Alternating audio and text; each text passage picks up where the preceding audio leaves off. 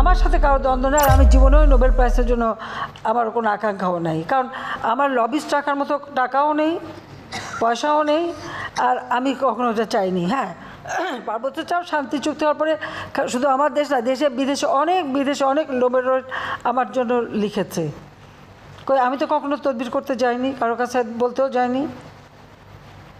আমি তো কী পেলাম না পেলে ওটা নিয়ে আমি কখনো, ওগুলো আমার মাথার মধ্যেও নেই।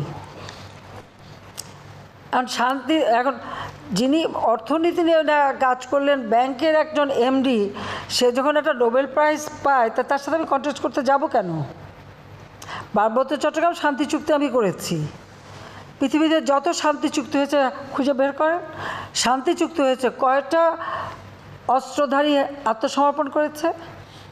আমি পার্বত্য চট্টগ্রামে শুধু শান্তি চুক্তি করিনি, 1800 জন তাদের অস্ত্রধারী ক্যাডার, তারা আমার কাছে অস্ত্র সারেন্ডার করেছে। আমি তাদের সকলকে সামাজিকভাবে আর্থিকভাবে পুনর্বাসন করেছি। 64,000 শরণার্থী ছিল ভারতে, আমি সকলকে ফিরিয়ে এনেছি, তাদেরকে আমি প্রতিষ্ঠিত করেছি। পার্বত্য চট্টগ্রামে শান্তির সাথে প্রতিষ্ঠা করার ফলে আজকে সেখানে ব্যাপক উন্নয়ন হয়েছে। এর আগে কী অবস্থা ছিল?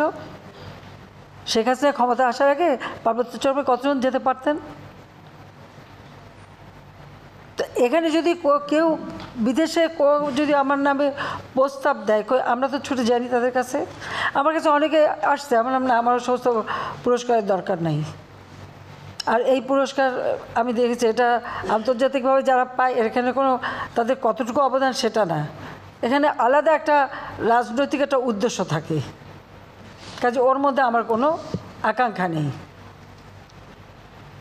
আর বলে দিল যে ওটা নিয়ে নাকি আমি ওনাকে মানে জেলাসি বা ওনার উপরে মামলা করছে তার লেবাররা, এবং প্রত্যেক এলাকায় লেবাররা যখন তাদের দাবি পেশ করেছে, দাবি পেশ করার সাথে সাথে তাদের প্রমোশন চেয়েছে, তাদেরকে স্যাক করে দিয়েছে, সবাই মামলা করেছে।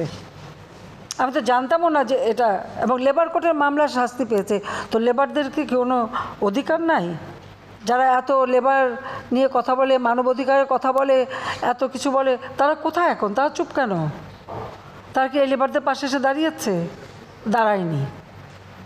লেবারদের ন্যায্য পাওনা একজনে মেরে খাচ্ছে, চুরি করে খাচ্ছে, সেটা বলেছে কখনো? আর আমেরিকা থেকে শুরু করে ইউরোপ, ইংল্যান্ড, কেউ যদি ট্যাক্স ফাঁকি দেয়, সাথে সাথে তাকে অ্যারেস্ট করবে, তার সমস্ত সম্পত্তি বাজেয়াপ্ত করে বিক্রি করে দেবে।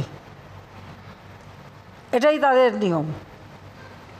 তো সেটা দেখে না কেন যে যিনি সমানে ট্যাক্স ফাঁকি দিয়ে যাচ্ছেন, আর প্রতিবার তার উপরে মামলা দিয়ে তার কাছে আদায় করতে হচ্ছে।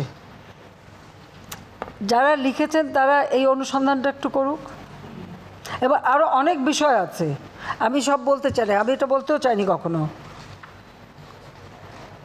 পলিটিক্যাল পার্টি করতে গেছিল, সেটাও লিখেছে। যখন সেই 2007 সাল,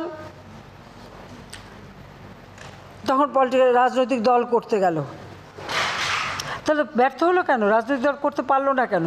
সে যদি গ্রামের মানুষকে এত কিছু দিয়ে থাকে, তো সেই মানুষগুলো তো তার জন্য ঝাঁপিয়ে আসবে না? আসেনি কেন?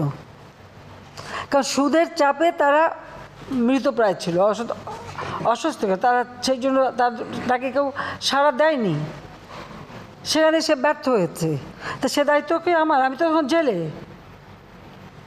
আমাকে অ্যারেস্ট করার পরে তিনি তো কেয়ারটেকার সরকার এবং প্রেসিডেন্টকে A++ দিয়ে আসছে। আমার বিরুদ্ধে একটার পর একটা মামলা। আমি তো বলছি, আমি যখন বিদেশে, আমার বিরুদ্ধে খুনের মামলা দেওয়া হয়েছিল। যখন আমি শুনছি আমার বিরুদ্ধে মামলা, ওয়ারেন্ট, আমি বলছি আমি এখনই দেশে ফিরে যাব, এবং আমি মামলা মোকদ্দমা, তখন আমাকে দেশে আসতে দেবে না। আমি তো জোর করে এসেছি।